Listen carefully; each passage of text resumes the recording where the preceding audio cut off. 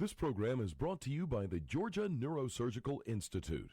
For over 50 years, rendering neurosurgical care to patients of all social conditions, treating complicated problems involving the brain, spine, spinal cord, and peripheral nerves, endeavoring to encourage quality care, medical research, innovation, and education on a local, national, and international basis.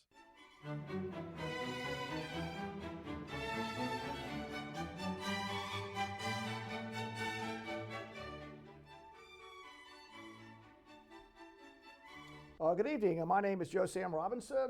It's a pleasure to have with us Dr. Buck Melton. Welcome, Buck. It's good to have you with us again.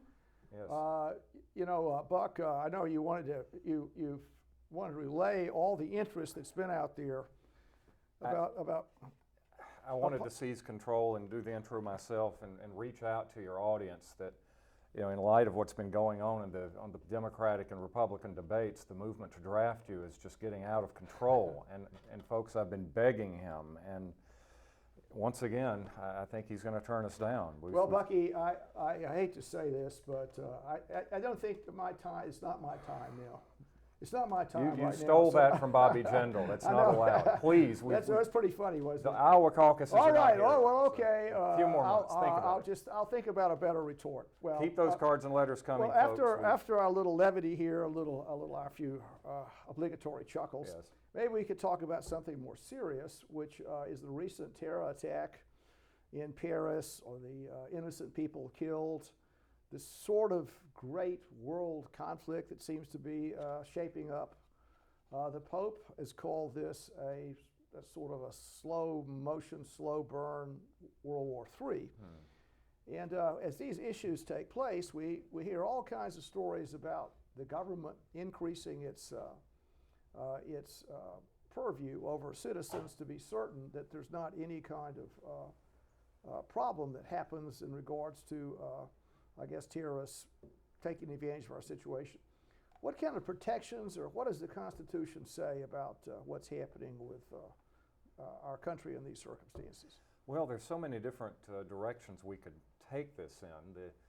Of course, we have to think about terrorism. That terrorism is a type of asynchronous warfare in which a weak entity that could not possibly compete on the same playing field or level as a major state with a major army. It can't destroy that state's ability to make war. It can't influence it that way, but it can try to influence the public will by striking terror into the hearts of the electorate, for instance.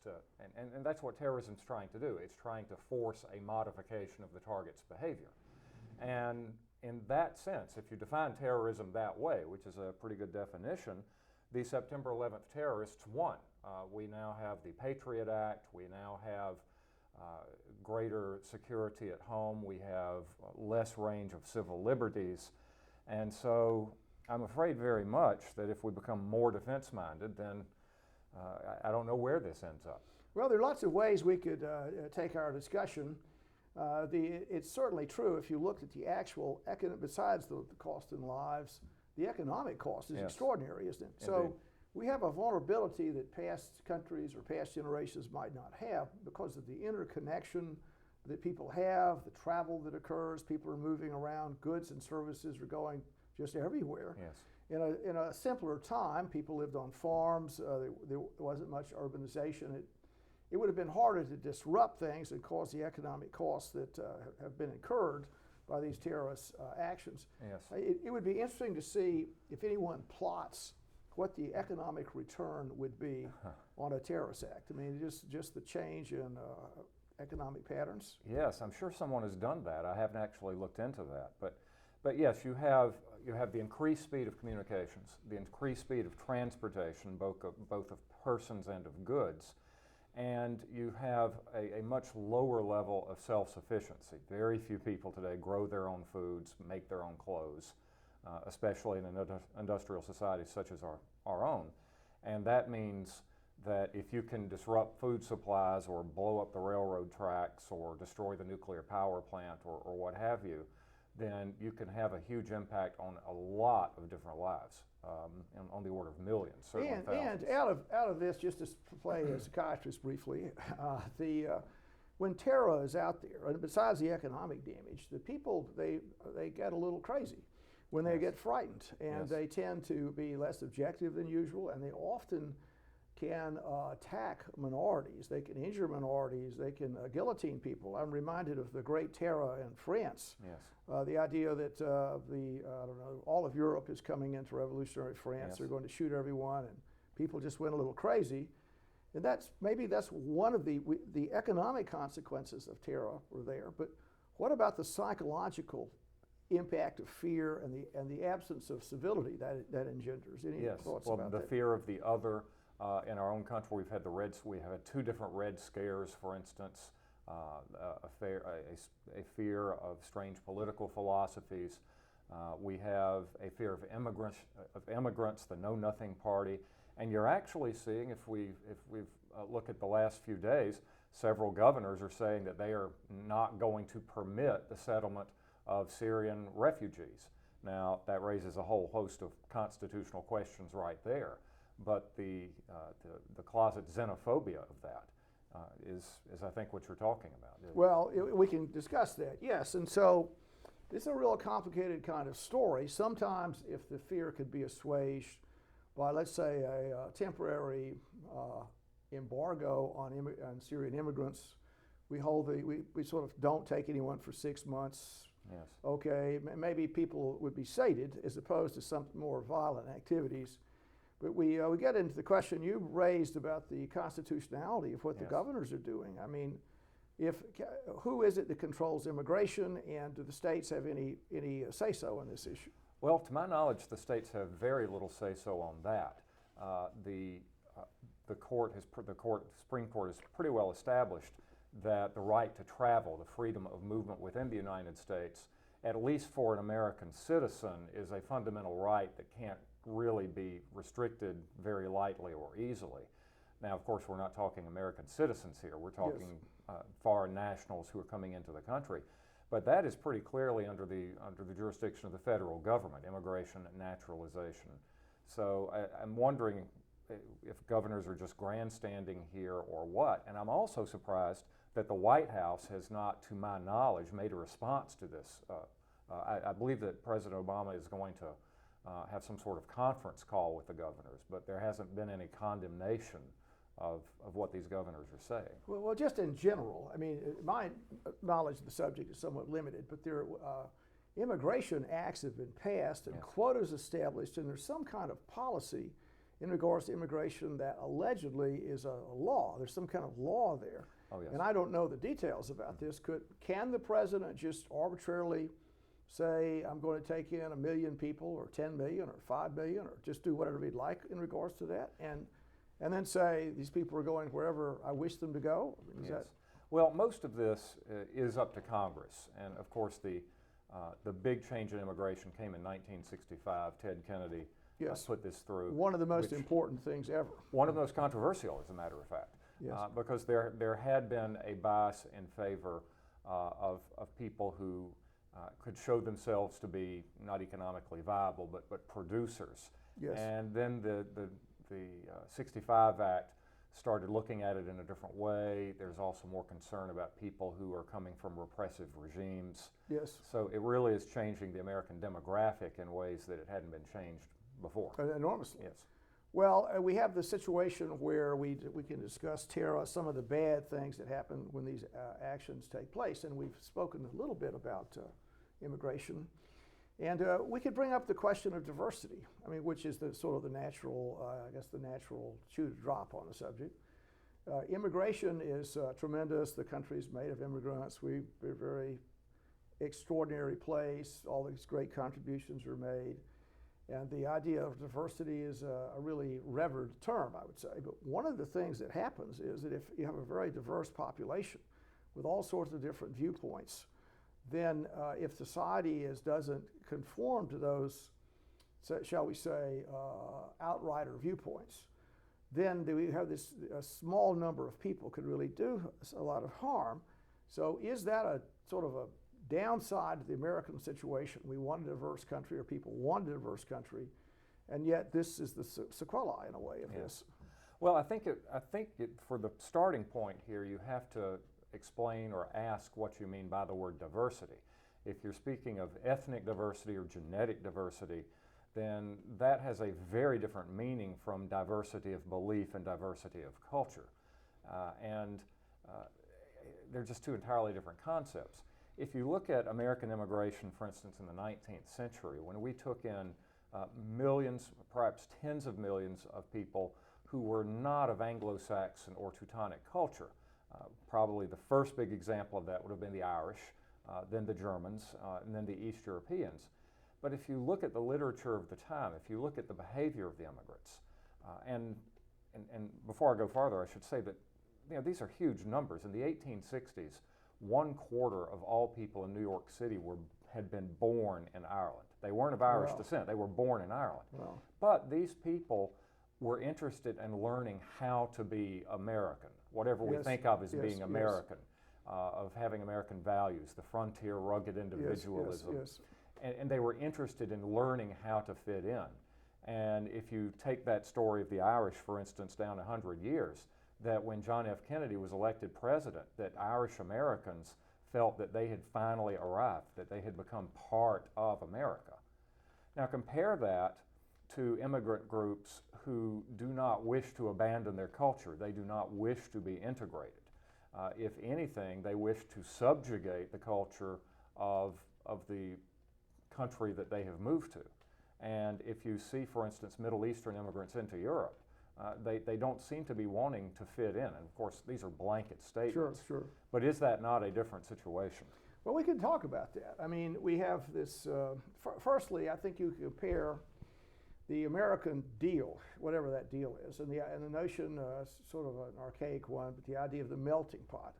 So at the end of the 20th century, I think there's a big term widely employed. The idea is that we're all going to be tossed into this great stew pot and turn the Bunsen burner on, and we'll amalgamate into sort of a different species. Yes. And it would appear that there's so many centrifugal forces out there, and it's getting harder to do that.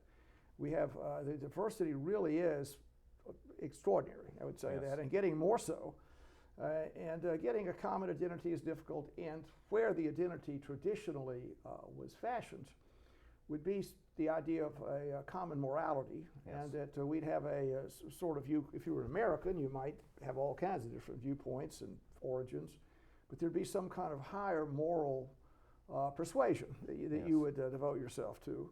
Yes. And the issue is, I think, in the diversity, is there some kind of common moral fiber to hold the country together? And if a religion often can split people apart, and is this happening, and is this bad, and is it happening in Europe, and any comments? Yes. Well, I think you're very right, and of course we've talked about the American civil religion a lot on this program, and you have to ask if new immigrants are being exposed to the civil religion, if the civil religion is being presented to them in a positive light. The idea of freedom of expression, of free exercise of religion, of no establishment of religion. And a lot of this really does come from just reading the Constitution, and yet the Constitution itself is under attack. Perhaps we need to talk about that at some point. The idea of a right not to have one's feelings hurt, the right not to be intellectually challenged or have one's beliefs challenged. It just seems to be a different ballgame in that regard. Yes. Well, I mean, we get into the issue, I mean, as we focus on our subject, of we could say we're trying to put this great country together, and we have these totems that seem to be put down in order to preserve a sense of unity. And the totems that are being put down are kind of politically correct thought and the danger of blasphemy. The idea is there's some kind of words you couldn't say, there's some kind of thoughts you can't speak, and there are lots of sort of protected groups. Yes. And it's if one of those protected groups thinks that their viewpoints are not being protected, then they have any right they'd like to cause trouble, to say Yes. it that way. Either a little trouble or a lot of trouble. Yes. And they would say that's reasonable for them to do that. Yes, and if we back up a little bit to this idea of political correctness, that once again, how does that fit in or not with your earlier talk of diversity? So I'm sure I've said this before, and I'm going to say it again, that there are some people who, when they use the word diversity, they mean they want an America that looks ethnically like the United Nations, but thinks collectively like a Berkeley coffee house. Yes. So there is no diversity of thought, there is no diversity of outlook, and such diversity would be discouraged or perhaps even not tolerated. Well, that's a big deal, isn't it? If we sort of talk about this, and we started our conversation with Tara, let's see, the Charlie Hebdo massacre in Paris, the idea that there's if you insult the prophet, that's grounds for your life being ended, and there's the idea. I guess you could say the people dancing in the nightclub in Paris, there was sort of, I don't know, hedonistic music, whatever, this devil worship or whatever the story is, that you would be within your rights with your moral system to do whatever it took to stop that. Yes, and so the question of imposing one's worldview on another.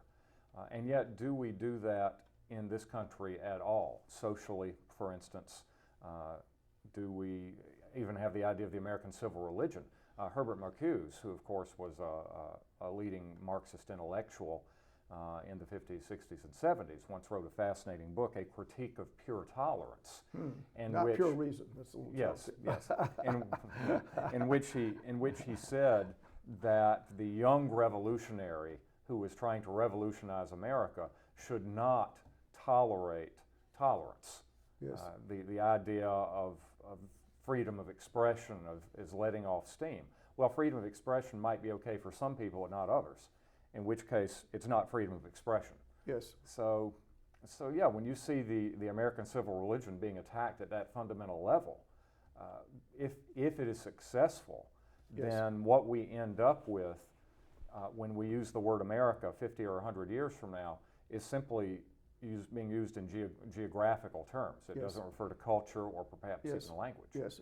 And if you want to take that even farther, you could say the word America, which is named for an Italian cartographer, is somehow racist, and it shouldn't be called that either. So. Well, that's right. So it's a real complicated kind of story when we try, and I think there are many groups of people that have a right to be aggrieved. I mean, every kind of, I guess, every human, not only their group but their personal history, you could find reasons to be aggrieved. I mean, whatever. I mean, I don't know, Donald Trump. I mean, maybe he's got some reason. I don't know. Someone was mean to him. I mean, just making this up, but maybe he was angry. Whatever happened when he was 12 years old. Everybody's got some kind of reason to think they've been mistreated. Yes. Every human does, every group does, and the power of that sense of mistreatment is pretty bad. And the idea of responsibility to any action is possible to stop this from happening. Now, do people use the law courts?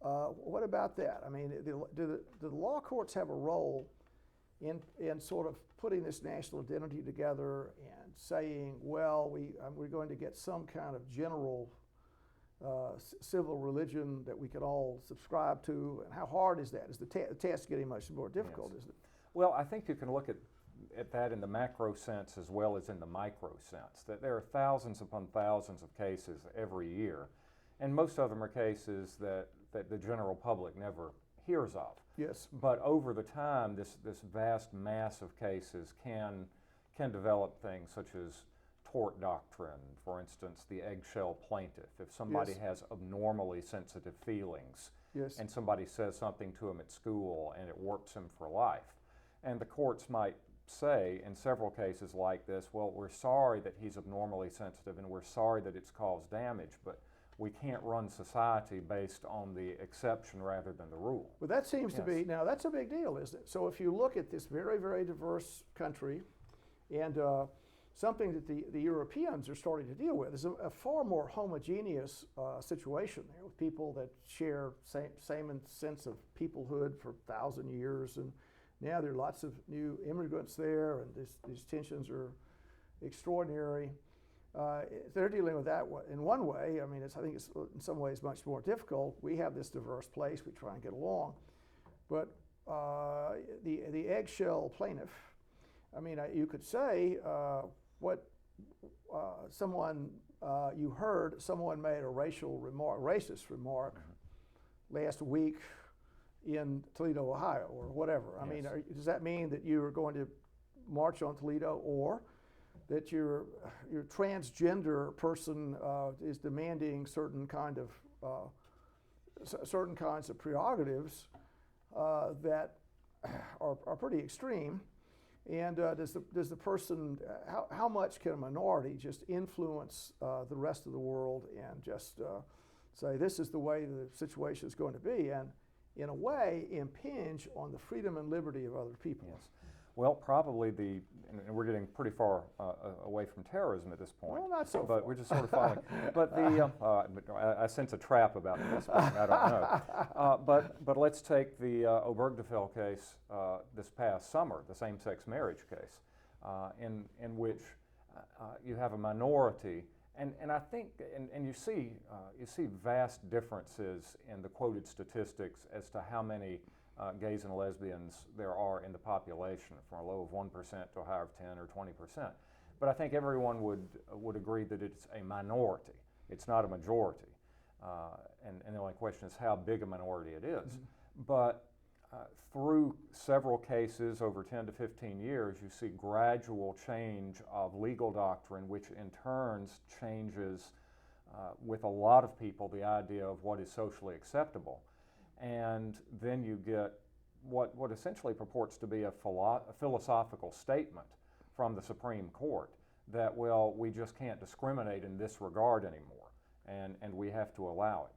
So if you look at it that way, the courts are very clearly a minority tool, that the majority controls the political branches, yes, the legislative branch and the executive branch. But what about the person or the interest or the group that cannot prevail through majoritarian means? That is not only the role of the court, but it's why we have a court. Okay. All right. Well, now let me just swing Here we back go. to our earlier I thought something was coming. to our earlier conversation. So, in a way, this is the way our secular institutions are dealing with this.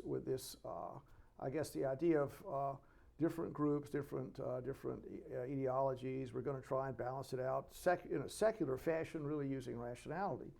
But if you subscribe to a very dogmatic viewpoint, that really there are no minorities allowed. You cannot be a minority, and the guidance is very clearly stated in just a few words, and so there's a far less ambiguity, and that the structure of the world turns out to be very, very severe, and the question is how well can that kind of viewpoint comport with the conditions in the 21st century? I mean, in other words, if you looked at ISIS, can ISIS or any situation like that, which they seem to sprout up episodically, where you have a very dogmatic, I guess, viewpoint that's pursuing some kind of paradisio, some kind of perfect world. Seems to be often this has occurred. Mm-hmm. And the only people that can, Calvin's Geneva, wherever you want to speak about it, the only way that you can inhabit this perfect world is you have to be very rigorously vetted. You can only be there at certain kind of viewpoints. And you could also say there's an ethnicity issue here. You could look at the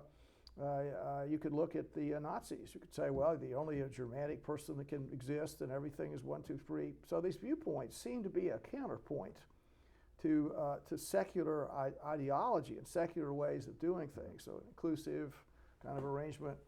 And so how do we handle this situation? How have past generations of societies handled the idea of this pursuit of perfection and very rigid behavior control?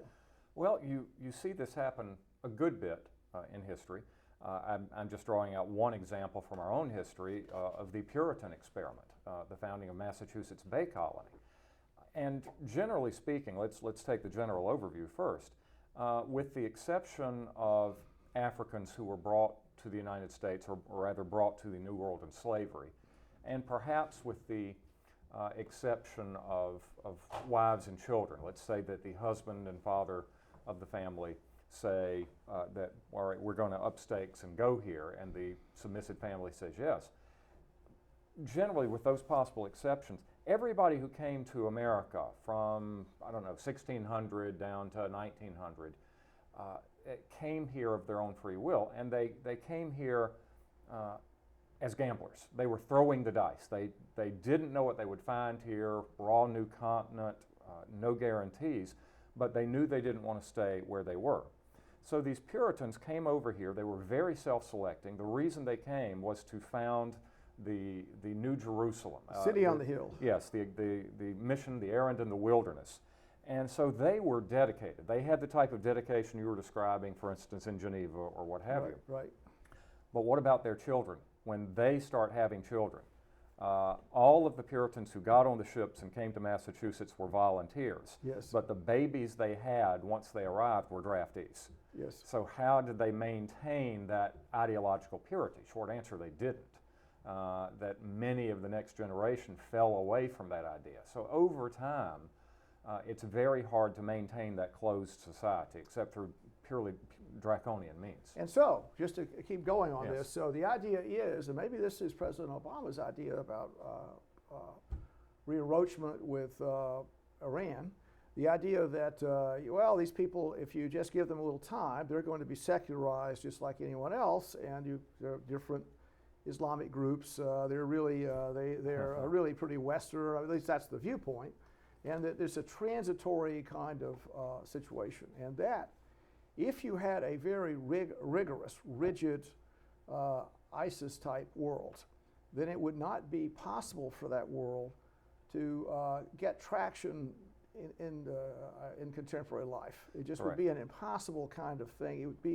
It has a sort of an outrider appeal to some people, but it's just a transitory flash in the pan. Well, thoughts? Yes, and all of them are pretty bad, unfortunately. That how can we inculcate these people into the American civil religion if we're busy also watering down that civil religion and tearing it apart from the inside? Secondly, the religions may change over time, or the particular theologies within a religion may change, but that strong dogmatic sense of if you're not with me, you're against me, it's very hard to water down, and it keeps on coming back. And I think it's the height of hubris to think here in the 21st century that religions are dying out. These religions, they're thousands of years old. So, you know, the American state, the concept of modern liberalism, it's only been around a few hundred years. So which one's going to be standing in another millennium? My bet is on the religion. Well, you know, there's a balance, isn't there, between the divine and the secular, and sort of how we work our way through that. And not to put too fine a point on it, but if you had a very sort of pure world where the Koran was perfectly observed, it would be very hard to have commercial transactions. It would be very difficult for many ways of life. It would be difficult to, I guess, harvest the benefits that science bestows, and that the sort of societal strength would not be as great as a secular world, which is the point, isn't it? So if you make the point that, I certainly share in many ways your statement about the necessity for religion, its universality. I mean, I don't belabor it at all, but one of the things that seems to be going on right now is the secular world is growing more powerful, and it's growing more powerful for lots of reasons. But the cornucopia of the things the secular world is presenting to inhabitants of the earth is just extraordinary. I mean, if the secular world represents the devil, the armamentarium in the devil's quiver there is just incredible. Yes. They've got everything you could think of: internet, cars, name it. But if it becomes an ideological civil religion, and I've been using the word civil religion, does secularism itself not become a religion? And And on that Yes. point, Bucky, which gives me something to ponder, we've had a really enlightened conversation. So thank you for being Thank you, here. sir. We'll talk some more. Thank you.